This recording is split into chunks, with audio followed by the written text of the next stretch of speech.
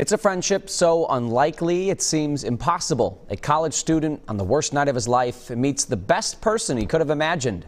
Susan Elizabeth Littlefield has the story behind the most unexpected of bonds.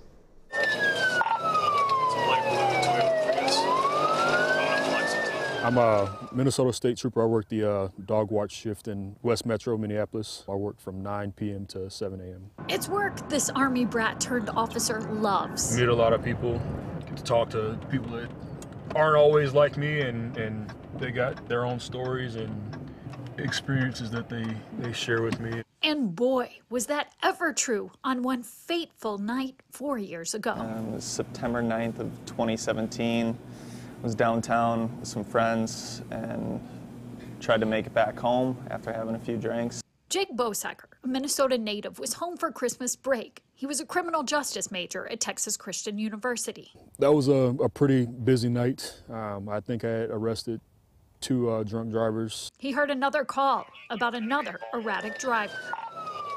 Trooper Jones had already gone back to the station to fill out some paperwork, but when he heard about this car swerving, he had a feeling this was a call he needed to answer. He was right.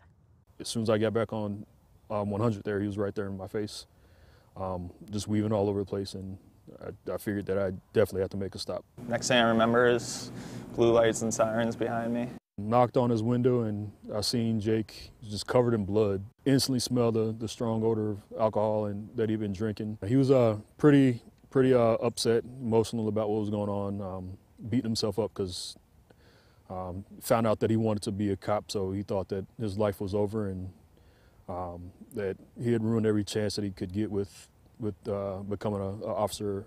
I feel like that was my calling in life, was to go down that route and help people, and to feel like I couldn't do that anymore. I really at that time felt like there was no point in living if I couldn't live that out. He comforted me and he said that my life isn't over and that there might be some work that needs to be done, but the journey can start tonight. I don't remember specific words that he told me, but I just remember how he made me feel. And what sticks out to me is, instead of shaming him, you inspired him. Right. So, I mean, I'm not the one that isn't a job to shame anyone. A lot of us have made mistakes. We're not perfect, but the biggest thing is if you make a mistake, try to do better. Not be that same person that you were at that time of that mistake. And now Jake isn't that person. Because of that pivotal moment and poignant speech, Jake is now a college graduate, sober and married.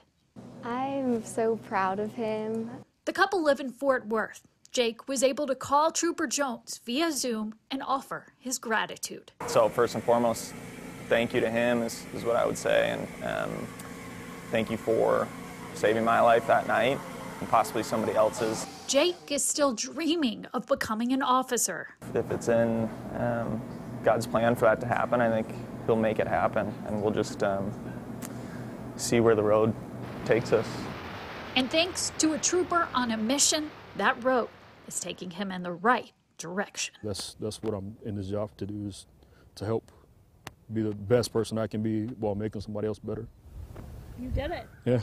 Susan Elizabeth Littlefield, WCCO 4 News.